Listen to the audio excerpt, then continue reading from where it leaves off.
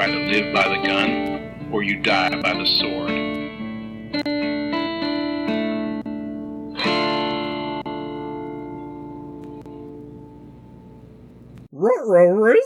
What's the reason of the red or the rest? I should have known this was going to be the intro when I picked this movie. You didn't pick this movie. Riley picked it. That's true, which is fantastic because this is a near and dear to my heart movie. I'm honored to review this movie. Yes, I'm Nico, by the way. And I'm Chris. And we are kicking off season 7 with our first MicroView pick from the Bingo episode, or the Bingo, Scooby-Doo and the Witch's Ghost. This is, canonically, the second movie that was ever released to straight movie, which I understand is a little confusing if you are looking at just the IMDb or wiki page, because you'll be like, no, it's not. There's so many before this. No. Those were only for TV. This one was only a movie. Direct to video. Direct to video. And introduces one of the best recurring characters in the Scooby-Doo franchise. Yeah. Real quick, thank you, Riley, for choosing this and participating. Absolutely. I love this pick. Good job. Yeah. To give a little snip of why Riley chose this movie, he said, I picked this one, admittedly, 70% because of a running gag between Nico and I, and 30% because this is a beloved childhood classic. I have on many occasions bitched at Nico because Scooby-Doo has been talked about several times on the show, with it never being this movie, arguably the best one, and bitch further knowing he's never seen it. To which his response/threat was to watch every single Scooby-Doo movie before this one out of spite. Now I can finally force him to watch it. However, when I was very young, this movie was among all my all-time favorites, and it did partially shape part of who I am today. I was like 4 or 5 when this came out and watched it so many times, and I can say that this movie is the reason that I have the love and adoration for goth women that I do today. I'm sure I'm not the only one. I know he's not the only one. I know you're not. Because the fan page for the Hex Girls is a long and lengthy article, and I am also a huge fan of these Hex Girls, which they are the recurring character if you have not been able to tell. Yeah, this is technically the second of 4 in a short span of direct to VHS tape or direct to home video movies. We did talk about the first one. Yeah. The Zombie Island one, which I understand people's love of this movie. But I thought Zombie Island had a theatrical release. Kind of. Okay, so yes and no. It was always meant to be a direct-to-home video sort of situation. It got enough traction. There was a limited theater release. Okay. This one and the others that came after it in this little 4-set bundle were unique because no one really thought these were going to happen. Especially this one, because the first one was a complete trial run, which is why you will notice that this one does not look or feel anything like Zombie Island, despite being done by the same animation studio. Yeah, and on top of that, it was written by Rick Cobb, David A. Goodman, David Doy, and Glenn Leopold, with Leopold as a special story consultant, Franz Falk and Michael Diaz as additional development, and it's directed by Jim Stenstrom, and it's starring Scott Innes as Scooby-Doo and Shaggy. Of course. Mary Kay Bergman as Daphne, Frank Welker as Fred Jones, B.J. Ward as Velma, and one that no one has talked to me about this as much as all his other roles, yes. Tim Curry as Ben Ravencroft, which means this movie is pretty much the entire crew of Scooby-Doo on Zombie Island, minus Bill West, who had previously done Shaggy. And the only reason Bill West wasn't on this one, because the films were filmed fairly close together, and he had other work on Futurama that he couldn't do Shaggy and Futurama. Shaggy is very taxing on his voice. He talks regularly about how, like, he has to block out time to be Shaggy. Reasonable. I feel like Shaggy screams in a closet to get to sound that way. The better choice, in my opinion. So, he unfortunately missed out. For a lot of big Scooby-Doo fans, this is a memorious Scooby-Doo movie, because Mary Bergman, who was famously known as Daphne, along with lots of her other works, including her work on South Park, this was her last movie. This is not technically her last time appearing as Daphne. She was able to record her lines for the next movie that came out, which was Alien Invaders, another fantastic movie, but unfortunately she lost a battle with a lifelong anxiety and depression disorder and committed suicide before this movie was out. Oh, damn. So, for a lot of people, this was like a big memorial part for her, especially this one and the second one. They saw this as kind of the end of an era. She was Daphne for a long time. So a lot of people see this in a bit of a memory for her, on top of another star-studded cast. However, like I said, the entire theming is back to a more normal Scooby-Doo isms, despite the fact that everyone worked on the first one for the most part. Yeah. That's because the production company in total, mostly Hasbro and Warner Brothers, said, hey, first one did great, kinda scary, tone it down. Yeah, that's what I figured, because, I mean, this one, like all these Scooby-Doo movies, has that pretty standard beginning, and yes. I do appreciate that the one mystery feeds into the second one, because most of the time the other ones is like, they're done, and then they just kind of run into someone else, or they're at least the ones I've seen, they're on vacation or something. They're always on vacation, damn it. They're on vacation again here, but kind of, sort of not. Okay, so I'm glad you noticed that, because this movie, and then the next three, really, like, set in stone the tradition and stylization for Scooby-Doo movies that we still get today. Granted, I'd argue they're a little bit sillier now, because we've kind of run out of things to do. Yeah, well, like, on this one, this is the second one. Granted, I've maybe only seen, like, 4 or 5 of the entire, like, 24, 25 movies that they have. I think I'm up to 18. But this is the second one where Velma's obsessed with a writer that no one else knows about, that even though they're just like... That is a running theme, and there are more than just the ones you've seen. Yeah, no, that... Unfortunately, Velma has really bad luck with men. Really bad luck with men. Yeah. And one day we'll do the live action, and we'll just really hammer home that. Oh, the live action is... Oh, it has aged like fine cheese. Oh, it's amazing, especially now that all, like, the backstory of, like, what happened and its production is out and whatnot. A beautiful mess. This one was not a mess. This went exactly like everyone thought it was going to be, and produced one of the greatest fake bands ever, the Hex Girls, who were a fake band, but made up of real people who actually did all of the singing themselves. So, like, kind of a real band. Yeah, well, and also, sorry to disappoint you, Riley. Yeah. This is not the first Scooby-Doo movie that I've seen them in. I picked up Scooby-Doo and the Legend of the Vampire for other reasons.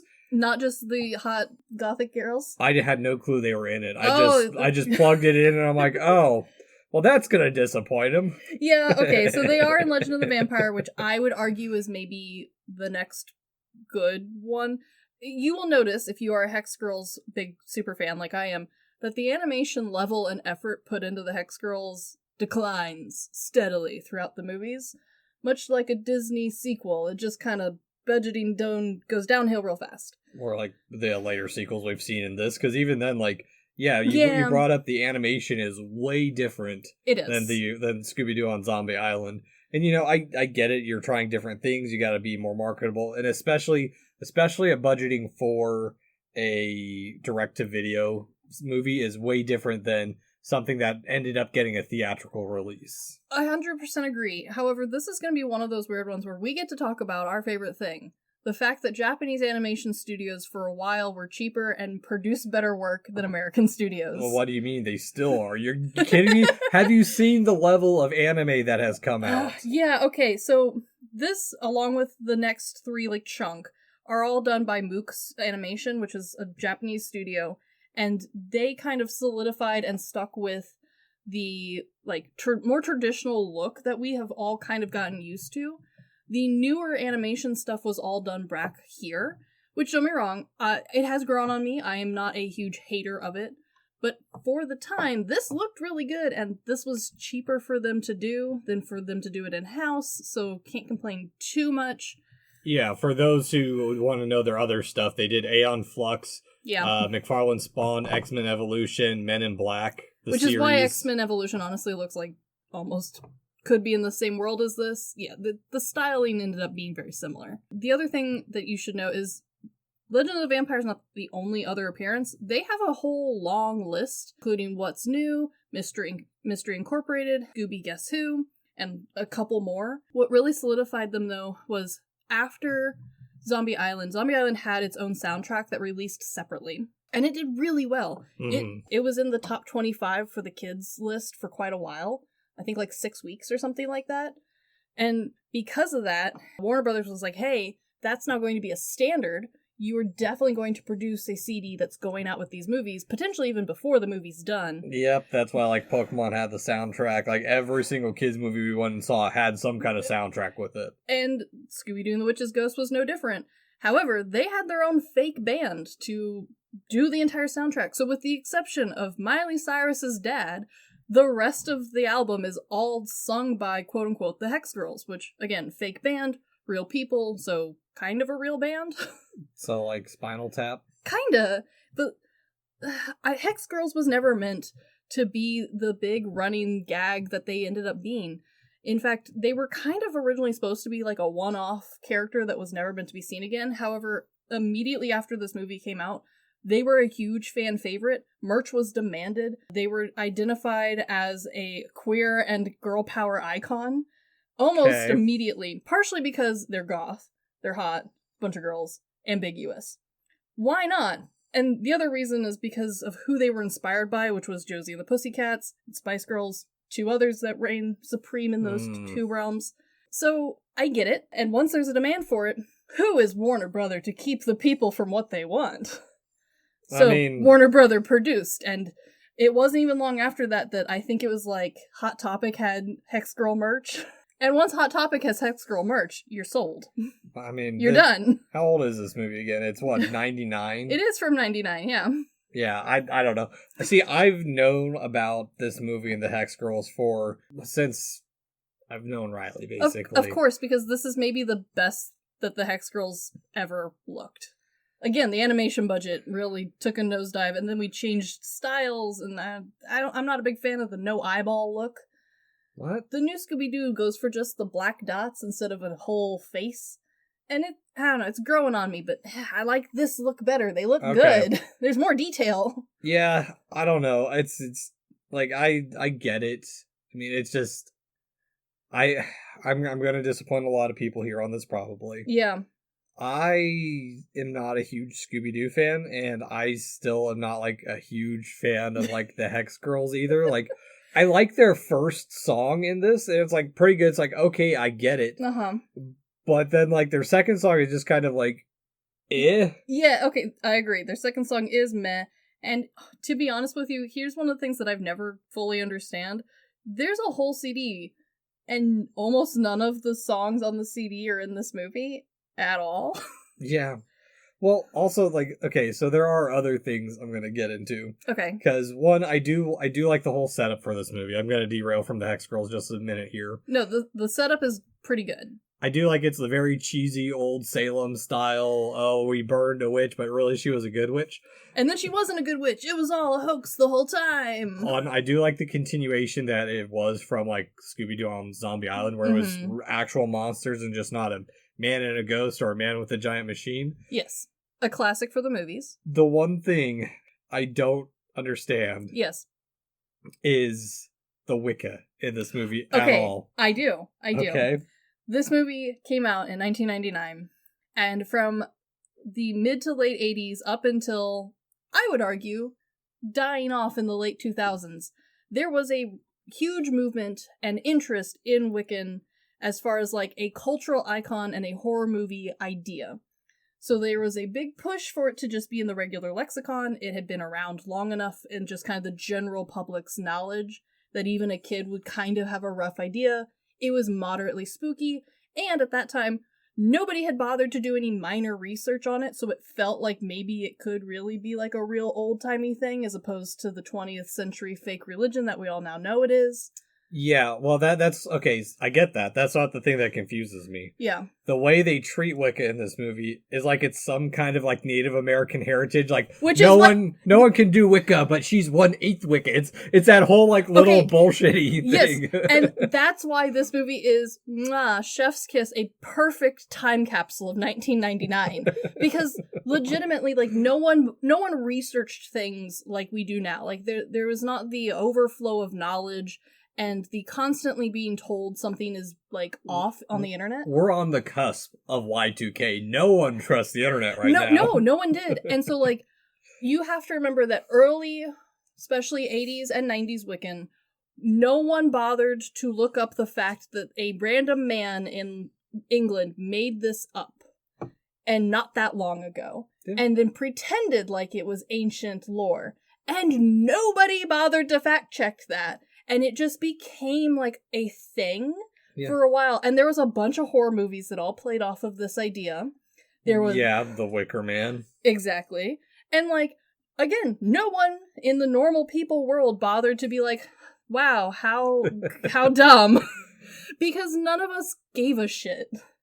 Like, now it is more of a thing to know more about what it is you're talking about and or pretending to practice, or actually practicing. I don't know who you are, I don't know what you're doing. But there's like now an understanding that this is silly and this isn't how the world functions. And even I think a standard like preteen, like middle schooler kind of has the gist. Back then we knew nothing, and it was the new ancient, like it was in the same camp as like hoodoo or voodoo, where it's like, oh, it's something no one can possibly understand, so we'll just make movies and TV show shit about it.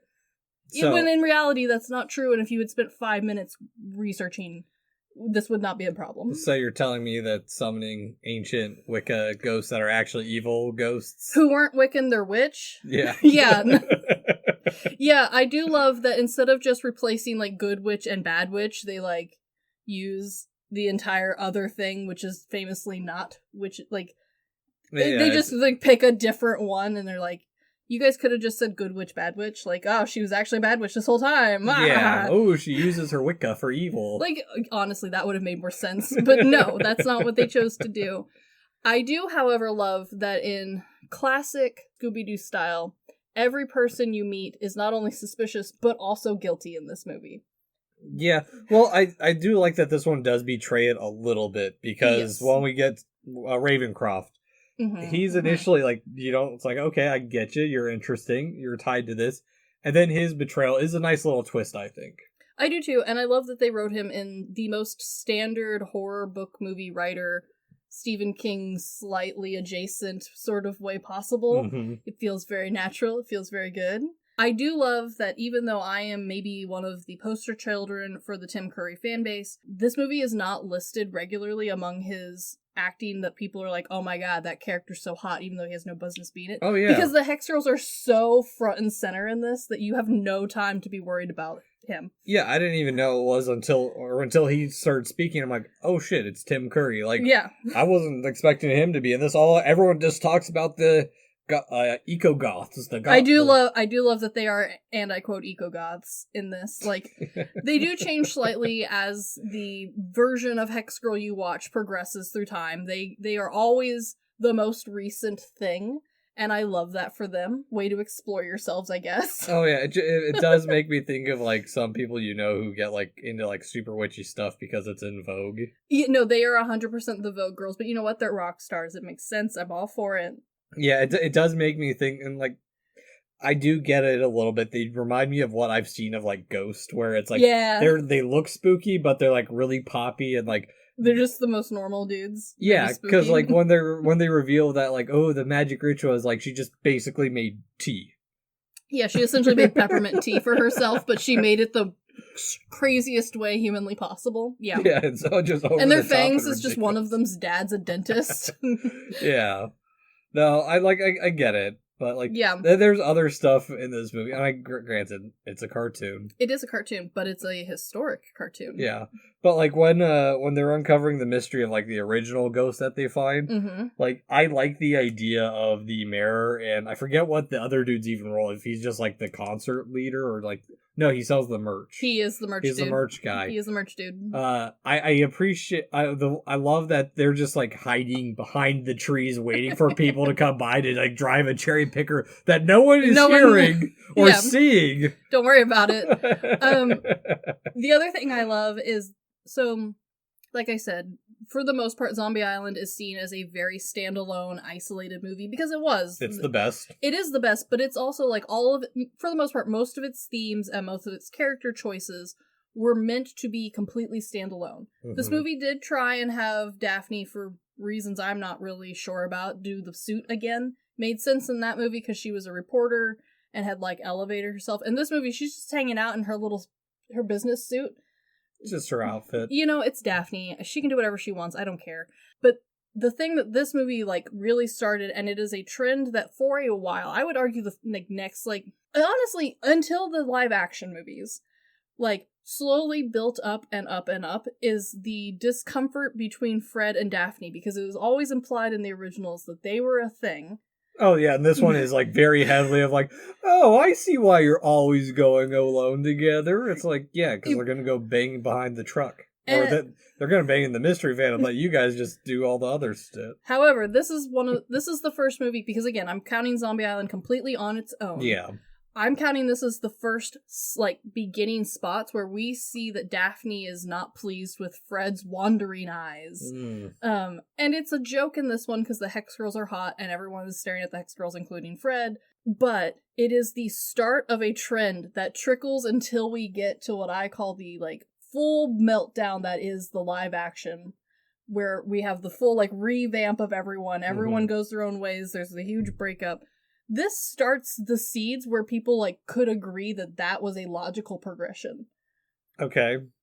I mean, granted, I've between here and there, I think I've only seen the Alien Invasion one where Scooby that one's and also good. Shaggy almost get a girlfriend. Alien girlfriends. They do have alien girlfriends, and in my head canon, the alien girlfriends come visit them. But okay. But they don't. They're just much like Velma, forced to forever be alone and sad. Yeah. Until you get to the newest stuff, and then it's implied that Shaggy and Velma were a thing, and I don't count that stuff. That's weird. They took a whole new turn. But yeah, no, like, it was always, especially the original cartoons, it was always just a fun implication, because it was a silly kids cartoon that ran every Saturday. It was a max 30 minutes long with commercials. So, like, no one had time for plot or character development. And as these movies progress, we had time for some character development. And even though they are technically standalone individual movies that weren't really meant to build off of each other, there is mention that the characters remember themselves from other times. They remember other movies. The Hex Girls appearing more than once tells you that they, like, at least kind of sort of are cohesive. And so, like, there was room for this building universe, which led to What's New and Mystery Inc. and the revamps of the whole show. Well, I wonder, maybe it's partially because where Scooby-Doo comes from, I feel ties into, like, the old serials, whereas the Adventure of the Week. So you didn't really need to develop the characters. Everyone had, like, their own quirks, their plots, their roles within it. I mean, think about it. It was originally a Hanna-Barbera. And that's what they did, was a quick, short, like, goofy thing. It entertained you for the short amount of time they had on air. There was no character developed, really, with the exception of kinda, sort of, the Flintstones. And even then, we had to wait a long time for that to develop and really, like, become a thing. Yeah, I've never seen... I just don't... That's okay. I didn't have a whole lot of cable options growing up, and I watched a lot of Hanna-Barbera. Neither did I, and I didn't because Boomerang was on Sky TV, and we didn't have Sky TV. I don't know how we had Boomerang, but we had Boomerang, and I watched the living hell out of Boomerang. Yeah. But there's a couple other things in this movie that I find weirdly comedic, or it's comedic, and sure. I don't get it a little bit. Yeah. And the fact, like, maybe partially because, again, continuation of the old style of humor where it's a little slapsticky, but the ghost is hampered by a bucket over the head like we're in Skyrim or some shit. Yes, correct. It's a ghost. Don't worry about it. The laws, okay, and... But then why don't you just, like, lasso the thing? That is a plot thing that normally happens in Scooby-Doo, and I'm kind of surprised it wasn't also done in this movie. But when they lasso something, it's because they're a physical person. This is a ghost. A ghost! Yes and no. Okay, so... Is it because she's a witch ghost? She is a witch ghost. Okay, so I know we talk about how the movies are, like, the first instance of the ghost being real. That's technically not true. There was multiple occasions, not on the original, like, beginning run of Scooby-Doo. The whole point of those was that the people you know are worse than the possible fears of the imagination. But after that, the standalone TV movies, the multiple re-uploads, the spin-off series, all solidified that the spooky and unusual happen. And the way that those cartoons, because they were still in the old school slapstick style, was to lasso, bucket, tarp, pit. Like, that was how they caught ghosts. Even the actual ghosts. Because there's an entire episode, or movie, where the ghosts are small children and Scooby and Shaggy have to teach them. It's a fantastic movie. You'd hate it. I love it. It's a Halloween classic for me. Is it a crossover with, like, Casper or something? No, I don't think so. Though there is a ghost child, but it's a little girl.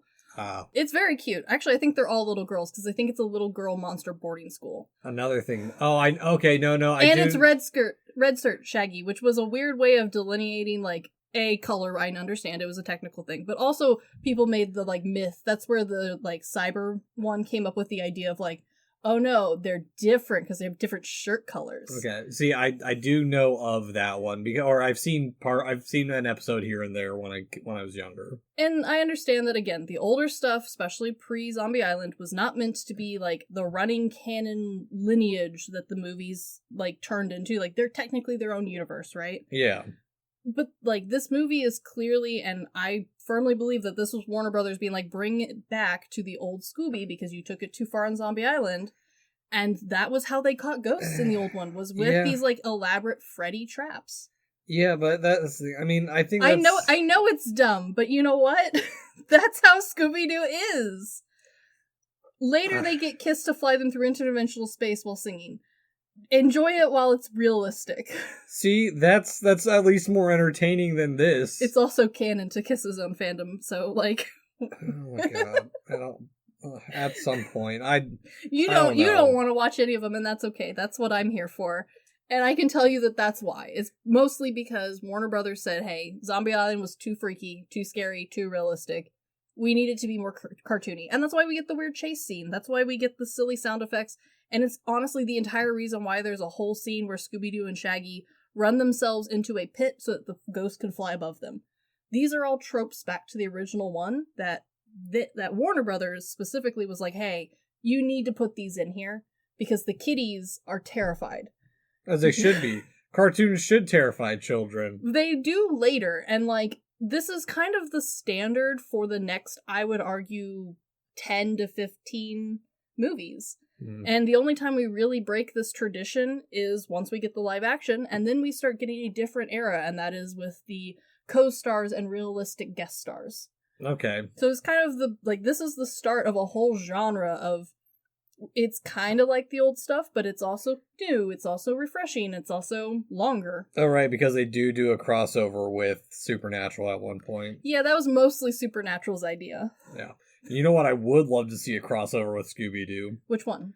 Either Devil May Cry. That would be fantastic, but never going to happen. Or Devil May Cry Baby. That one's honestly more realistic. Why is that one more realistic? Devil May Cry Baby? You kidding me? Because I think you could get rid of a lot of stuff on Devil May Cry Baby for the adults to still get it. Oh, hell no. Make it super violent. Give me violent Scooby-Doo. And I think that's why I honestly am a little disappointed in this one. Because, and I'm sorry for everyone who loves this one, I think it's a little overrated from what everyone's told me, and I think part of it is because I went from Scooby-Doo on Zombie Island to this, and Scooby-Doo on Zombie Island is actually, like, really well put together for a quote-unquote cartoon movie, and then this one is just back to the formulaic... Again, it's because Zombie Island had no oversight. They were allowed to do whatever the hell they wanted, and they did.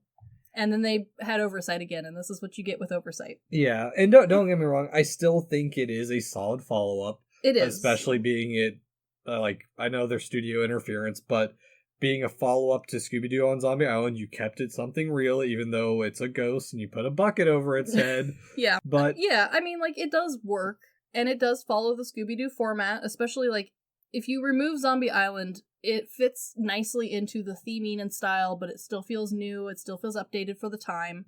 Oh, so you're saying that Scooby-Doo Zombie Island is the better, Halloween 3 of the Halloween franchise. Yeah, no. And I like the Outlier one. Well, yeah, and honestly, you should. It is the best one minus the live action, but again, those two, I know live action has a second part, we don't look at it. With the exception of those two, there is, the reason Scooby-Doo has lasted as long as it has is the formulaic aspect. Those two break the formula. That's why they're interesting, that's why they're cool, that's why they are better. But that formula has been what has kept Scooby-Doo alive since the 70s. Yeah, I get it. I mean... And I know, it's not exciting But for kids, and for those of us like kids, it's kind of the whole reason we go back. We enjoy the very, very minute changes to the formula, and that's what's enjoyable, is you know what you're going to get with a Scooby-Doo movie, just like you know what, for the most part, I take issue with the new stuff because they broke the formula, but like, for the most part, you knew what you were getting. You knew every week what type of episode you were going to get. You knew what sort of story you were going to get. You were just getting a different setting and a slightly different monster. And that was the best part. And I get it. I know it's not exciting, especially for adult minds. That's why Scooby-Doo's not for adults. Then go watch Columbo instead. Yeah, that one's so different. Hey, at least the fun part is Columbo figuring out the mystery. It is. No, it is. And Scooby-Doo, I think for a lot of kids, led to kids liking things like Columbo or CIS or NCIS. Yeah. Like, a lot of us who grew up on Scooby-Doo ended up watching those TV shows where it's just gorier and more scary versions of Scooby-Doo, where instead of the monsters being ghosts, they are once again man. Okay, I can see it. Yeah. So, Chris, rent, buy, streamer decline that we ever watched Scooby-Doo and the Witch's Ghost despite having an audio recording of us watching it. Look, I'm a Hex Girl fan. I am up there amongst the Hex Girl fans. However, unless you are a super fan of either Scooby-Doo or the Hex Girls, just stream this one. It's both perfectly fine, but there's not enough extras on the DVD to justify it. If there's a bundle pack with a bunch of them, that's the way to go, but otherwise, this is a fun movie to just put on or flip through and find it. Yeah, I will say stream or rent. I would say if it's renting for like a couple bucks, yeah, go for it. Definitely. It's not horrible, even though like I don't fully understand it. I don't have the nostalgia. No, it's not for you, but that's okay. No, but it has some good moments to it too. And honestly, like Tim Curry's great in it. There's a lot that it has going for it. I just don't care for it, and it's I don't care for it the way a lot of other people do, I think. Sure. And I have a feeling that part of it is I didn't really grow up with it, so it was just kind of something that was on, but that was usually when I turned off the cartoons to go do other stuff. Because, like, sure. I mean, Pokemon, you can say the same thing with, like, Pokemon. Pokemon gets very formulaic after, like, the first 3 or 4 episodes. It does, and I think most adults are watching Pokemon in the format of where we're skipping the filler, right? Like, I mean, is there... Everything in Pokemon is filler, Chris. There is there is no overarching manga that the Pokemon show is following, because honestly, the Pokemon manga is darker. There's shit getting killed and cut in half. Yeah, that's true. It's completely different. Most of us who are like really into Scooby-Doo and are interested in like how it progressed, again, get the box set. You're not getting anything by spending $8 on this as a standalone DVD.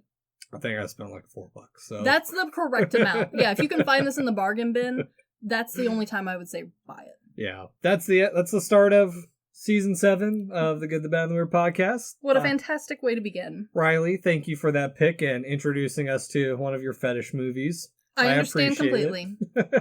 I mean, I get it. I get it, but it's kind of funny that this movie was like the sexual awakening for a lot of kids. I mean, you got your goth girls, and you have Tim, and you have Curry. Like, where can you go wrong? I get it. If Scooby-Doo was the awakening, that's where you can go wrong. Yeah, maybe skip that. Skip that one. But anywho, this has been the Good, the Bad, and the Weird MicroViews. Thanks for listening. Peace.